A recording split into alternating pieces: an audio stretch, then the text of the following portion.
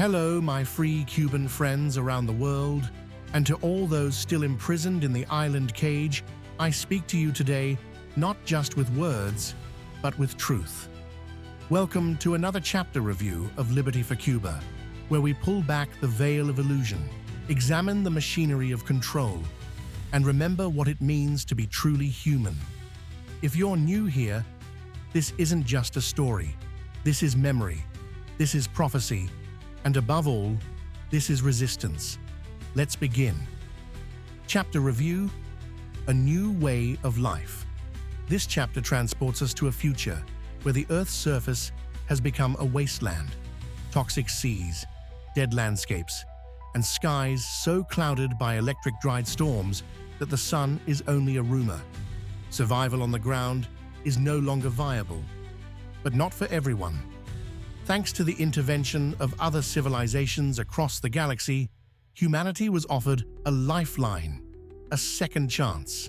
With the gift of unimaginable energy sources and galactic cooperation, civilization rose. Literally, floating cities now hover in the troposphere, vast, intelligent habitats where joy, peace, and unity thrive. Life in these cities is vibrant. Clean air is generated by engineered flora, food and water are synthesized sustainably, and communication has evolved into minimalist gestures and signals to conserve breath and oxygen. Jobs are intellectual. Travel is instant via teleport platforms. Money is digital, galactic credits. Every human need is met by androids, working round the clock. In these cities, people live without fear, without violence, without oppression. But while humanity ascended, Cuba did not. Floating just above the island, several high-tech cities serve one dark purpose: tourism. Not of the land, but of the people, because Cuba is now the galaxy's last human zoo. This is where the Prophet's true vision lies. Centuries ago, Prophet Fidel Castro designed the master plan, not just to rule, but to preserve the Cuban population in a permanent state of submission. Biotechnology was developed to immunize Cubans against hunger, radiation, and illness, ensuring they would never die of exposure, only indoctrination. The Cuban people, now bio-enhanced, became living relics, trapped in a primitive past while the rest of the world evolved. Their language, traditions, and beliefs were kept frozen in time, serving as both an exhibit and a warning. Meanwhile, the floating Castro cities prospered.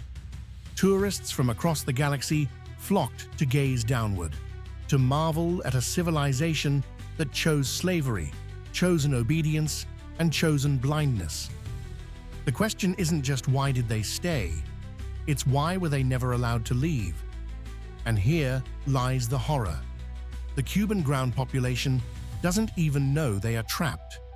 Indoctrinated for generations, they believe their conditions are sacred. Their zoo-like existence is not only tolerated, it is celebrated by the regime above.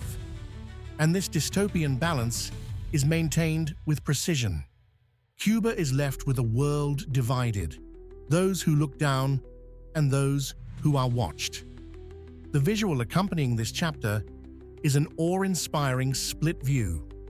Above, an ethereal sky metropolis glows with shimmering light and geometric sleek elegance, suspended in the upper atmosphere, the troposphere.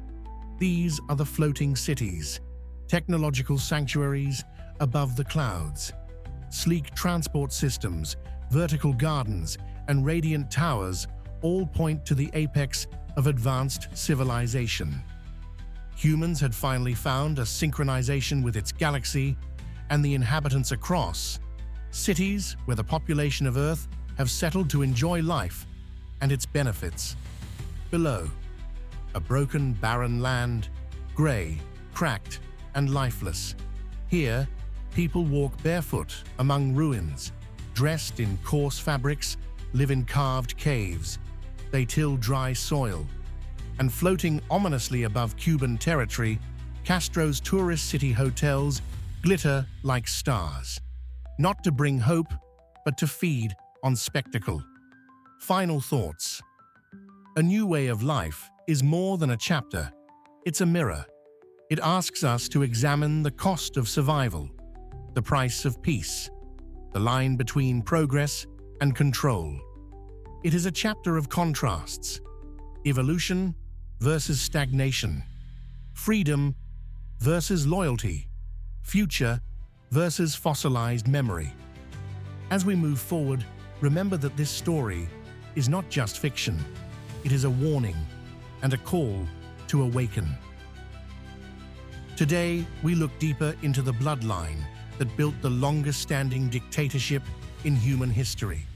Welcome to Dynasty and Empire. Let's begin. In this chapter, we descend through time and illusion into the roots of control, a family tree that is less genealogy and more prophecy, more empire than lineage. What began with a tyrant's dream became a millennia-spanning dynasty known across the galaxy, the Castro Empire. The prophet, Fidel, first of his name, was never just a man. He was architect, oracle, and jailer. His vision didn't die with him. It metastasized, passed down like sacred scripture. It shaped every branch of Cuban life, generation after generation. The illustration before us is not just art, it's testimony, a timeline etched in command, sealed in blood.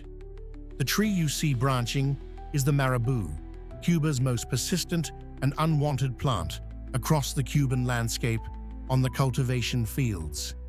The one Fidel tried to eradicate, but never could. It outlived everything, just like his ideology. In this world, the marabou became the last surviving tree on Cuban soil, a crown of thorns symbolizing both extinction and endurance. At the summit of this imperial vine stands Emperor Castro XV, the current sovereign. He wields a staff adorned with the Commander-in-Chief insignia, a mark that once signified leadership, now a relic of domination. But it wasn't always submission. Throughout the centuries, free Cubans, dreamers, warriors, rebels, rose and fought. They tried to tell the world the truth, that the island had become a prison, that Cubans had been turned into specimens, spiritual hostages of a long-dead prophet. They failed, not for lack of will, but because unity, truth, and recognition never arrived. Many were hunted, many were erased, all were archived, sealed in the G2 military vaults, the Empire's eternal blacklist. Eventually, the world condemned the regime. But when it did, the people of Cuba, indoctrinated through millennia, responded not with relief, but loyalty. They defended their right to choose slavery, invoking the sacred code. Every thinking human will do with their freedom what they want, even if it means to live like a slave. And so the embargo was lifted, and the empire rose further. The economy boomed. The regime was legitimized. Late martyrs, Martí, Maceo, Grajales, Gomez, Isabel Rubio, were erased from memory, reduced to footnotes in the prophet's teachings. Their names no longer carried weight in the collective mind of the zoo. The example of these ancient martyrs ignited revolts and search for liberty in the mind, so the Castro Empire deemed and buried their actions. Then, 2,000 years ago, before this story commenced, a crown was placed, not of gold, but of dried marabou. King Castro established the empire officially. Every male bore a beard by decree. Every child received names from the sacred pool: Fidel, Raúl, Ernesto, Alejandro, Sandro, Vilma, Mariela, Aleida, a liturgy of identity, autonomy, dignity, fairness, liberty. These were branded sins. To choose, to dissent, was betrayal. The Empire made these traits extinct, not just banned, but unimaginable. And yet from this darkness, Cuba became a tourist marvel.